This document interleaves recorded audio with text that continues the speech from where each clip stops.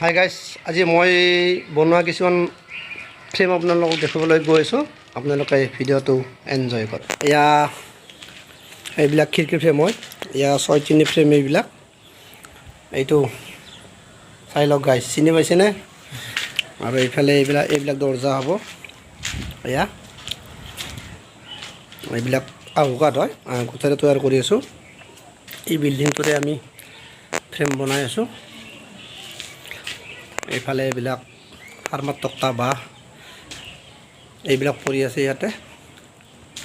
আৰু মোৰ এইফালে চাওক গাইজ, কি সুন্দৰ প্ৰকৃতি পৰিৱেশ, সেউজীয়া সেউজীয়া গছ গছনি আছে এইফালে। আৰু এইফালে এটা সুন্দৰ ধুনীয়া বিল্ডিং আছে চাওক গাইজ, এইয়া।